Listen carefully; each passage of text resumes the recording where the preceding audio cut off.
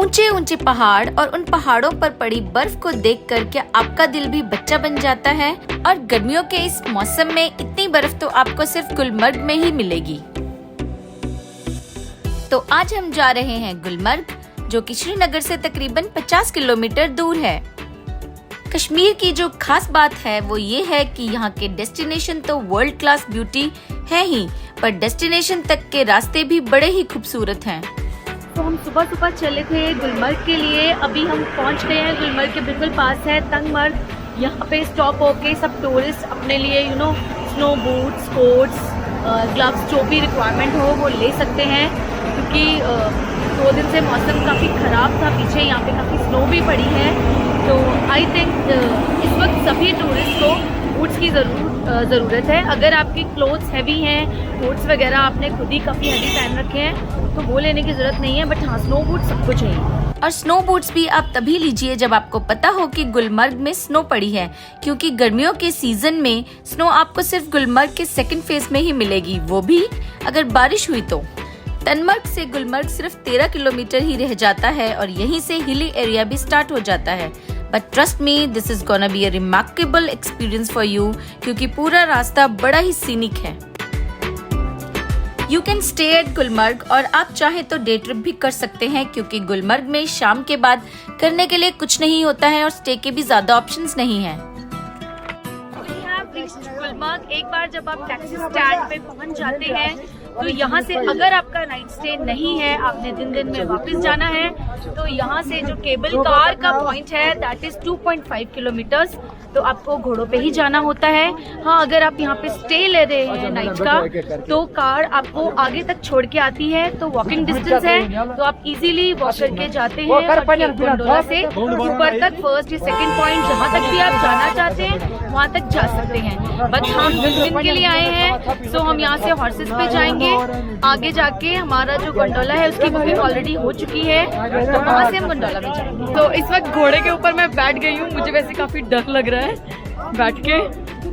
मैं पिछली बार जब आई थी तो यहाँ पे नाइट स्टे था, तो हमें घोड़ों पे जाने की जरूरत नहीं पड़ी थी, बट अभी जाना पड़ रहा है। तो रास्ता कैसा है, कैसा लगेगा, ये मैं आपको रास्ते में ही बताऊंगी। तो हमारे घोड़े चल पड़े हैं गोंडोला की तरफ। इस बार हम सेकंड पीक तक जाएंगे। अच्छी खासी बर्फ पड़ी हुई है वहाँ पे, क्योंकि ताज़ी ही पड़ी है। अभी 2 दिन से खूब ठंड भी हो रखी है यहाँ पे, और हल्की हल्की ड्रिजलिंग पहले भी चल रही थी, बट 2 दिन पहले तो खूब बर्फबारी हुई है। Gulmarg literally means Medo of flowers, क्योंकि गर्मियों और बरसातों में गुलमर्ग रंग बिरंगे फूलों से भरा रहता है, और हर बार गुलमर्ग एक अलग एक्सपीरियंस देता है यहाँ आने वालों को। तो जैसे कि पहली बार मैं घोड़ों पे जा रही हूँ, यहाँ से साइड में you can C green meadows, बहुत अच्छा व्यू है, और ऊपर बर्फ पड़ी हुई दिख रही है।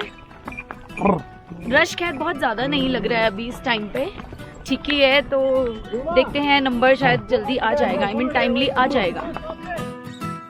पर अक्सर हम जैसा सोचते हैं वैसा होता नहीं है, और इस बार हमारे साथ भी ऐसा ही कुछ हुआ। तो हम ऊपर पॉइंट पे पहुंच गए हैं, बट लाइन इतनी ज्यादा लंबी है, मुझे उम्मीद नहीं है हमारा 1-2 घंटा पहले से नंबर आएगा। वैसे इट्स एडवाइजेबल कि आप जब भी कश्मीर का प्लान करते हैं और अगर आपको गुलमर्ग आना है, अपनी बुकिंग गोंडोला की पहले से ही करवा लीजिए। हम भी करवा के आए हैं। वो आपको 2 आवर्स का स्लॉट देते हैं, उसके बीच में आपका नंबर आता है। तो हमारा स्लॉट 11 to 1 का है, बट हम अभी पहुंचे हैं यहाँ पे। ऑब्वियसली आते आते लेट हो जाता है, और मुझे नहीं लगता हमारा 1 बजे तक नंबर आएगा। तो जब भी गुलमर्ग की प्लानिंग होती है, आप डेज प्लान करते हैं कितने डेज के लिए आना है, तो गुलमर्ग पूरा 1 दिन चाहिए ही होगा। जिस दिन गुलमर्ग आना है आपने, उस दिन आप सोचे कुछ और हो जाएगा साथ में, तो नहीं कवर आप हो पाएगा। So now let's move. अभी हम 3-4 लोग हैं, वो इकट्ठे आए हैं यहाँ पे ना, तो लाइन को देखते हुए, लाइन काफ़ी लंबी है, आप देख भी सकते हैं। तो हम 3 लोग हैं, वो बैठ गए, हमने एक को लाइन में खड़ा कर दिया है। जब हमारा नंबर आएगा हम बीच में घुस जाएंगे, ठीक है? बीच में नहीं, मतलब किसी और की जगह नहीं, अपनी जगह पे चले जाएंगे। और बाकी ये कि टेम्परेचर काफ़ी डाउन था, लेकिन दिन में अभी इतनी तेज़ धूप है ना कि हम जो जैकेट्स वगैरह पहन के आए थे सारी, वो सब हमने उतार के अपने हाथ में रख ली हैं। बट हाँ, ऊपर काफ़ी ज़रूरत पड़ने वाली है इसकी। सो फाइनली जहाँ से केबल कार स्टार्ट होती है वहाँ पे मैं पहुँच गई हूँ। हम लोग यहाँ पे 11:30 पहुँच गए थे और अभी 4 बजने वाले हैं।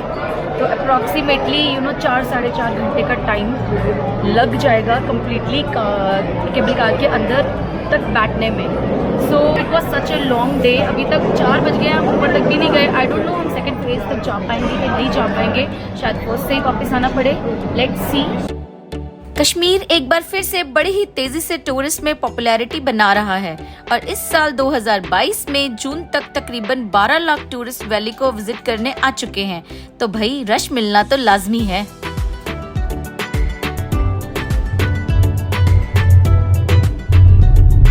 Finally we are in our cable car. अभी यहाँ से फर्स्ट फेज तक का डिस्टेंस जो है वो 3 किलोमीटर है और 10 मिनट का टाइम लगता है।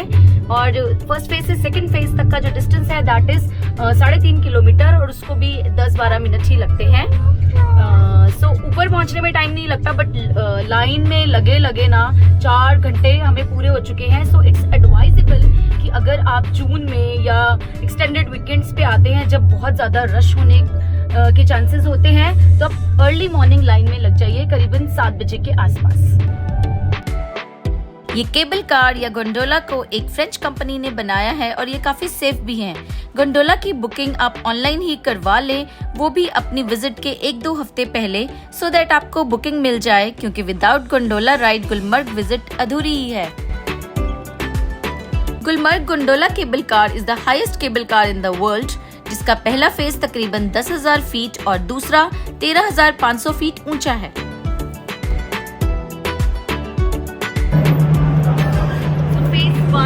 पहुंच गए हैं। Now I am rushing two phase 2। मैं यहाँ रुकूंगी नहीं, अभी वापसी में देखूंगी। अभी मैं डायरेक्टली फेज 2 जाऊंगी। अगर लाइन नहीं हुई तो जल्दी से पहुंच जाऊंगी। सेकेंड फेज के लिए भी काफी रश है, पर उतना नहीं जितना फर्स्ट फेज के लिए था, क्योंकि मोस्टली लोग सेकेंड फेज बुक नहीं करवाते हैं और रश की वजह से सेकेंड फेज की टिकट्स इजीली अवेलेबल होती नहीं है। तो गुलमर्ग में अगर आप समर्स में आते हैं तो आपको फर्स्ट फेज पे कोई स्नो वगैरह कुछ नहीं मिलेगा। You have to go to the second phase, क्योंकि वो भी डिपेंड करता है। अगर वेदर अच्छा रहा है, बारिश हुई है, बर्फ़ पड़ी है, तो सेकेंड फेज पे आपको स्नो मिलेगी। अदरवाइज फर्स्ट फेज में आपको बिल्कुल भी स्नो है वो नहीं मिलेगी। अब बात आती है गुलमर्ग की, from where it got its name. So Gulmarg का नाम पहले वैसे गौरी मार्ग था, फिर इसको चेंज किया था 1500 ईस्वी में। यूसुफ शाह ने इसका नाम गुलमर्ग कर दिया था। अगर आप गुलमर्ग विंटर्स में आते हैं तो आपको फर्स्ट फेज में ही काफी ज्यादा बर्फ मिल जाएगी। And Gulmarg is a heartland of winter sports in India. तो सेकेंड फेज के लिए भी हमारा नंबर आ गया है। I am waiting for the cable car, then will be landed down.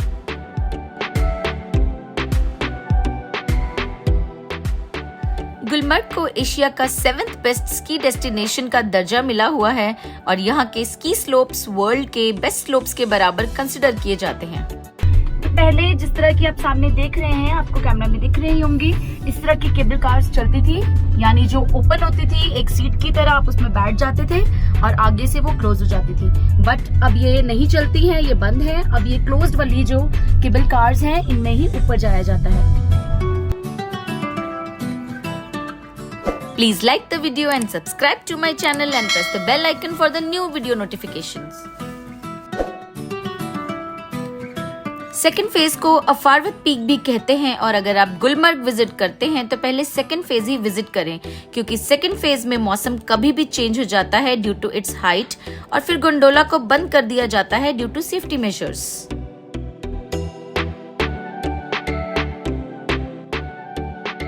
Finally we have reached the second phase. यहाँ पे स्नो काफी दिख रही है और फ्रेश स्नोफॉल हुई है यहाँ पे। So as you can see there is lot of snow. मेरे पैर भी हैं वो काफी हद तक धंस गए हैं बर्फ के अंदर। काफी अच्छी स्नोफॉल हुई है, आसपास सब जगह स्नो ही स्नो है देखने के लिए भी। इसीलिए जो गुलमर्ग है ना, ये वर्ल्ड में माना जाता है स्कीइंग के लिए। काफ़ी वर्ल्ड वाइड जो हैं स्कीयर्स यहाँ पे आते हैं स्कीइंग करने के लिए। जब प्रॉपर विंटर्स होती है काफ़ी सारी स्नो पड़ती है।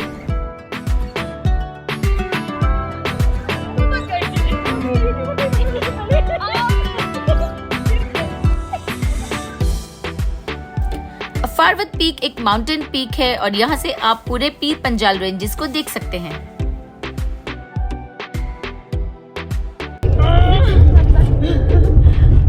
इस वक्त टाइम हो रहा है 6:30 का और अब हमारी नीचे जाने की टर्न आई है। अब हम जाएंगे फर्स्ट फेज तक, फिर वहां से again we have to change our cable car. उसके बाद नीचे जाते जाते मुझे लगता है अभी आधा घंटा और, यानी हम 7 बजे ही नीचे पहुंचेंगे।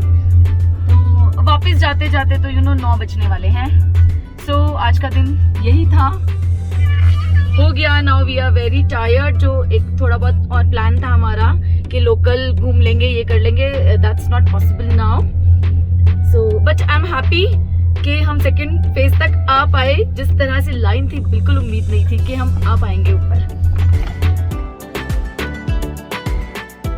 तो अगर आपके कोई सवाल हो यहाँ से रिलेटेड जिनका आंसर आपको वीडियो में नहीं मिला, तो please comment and hope you like the video. See you at next amazing destination. Till then, bye bye.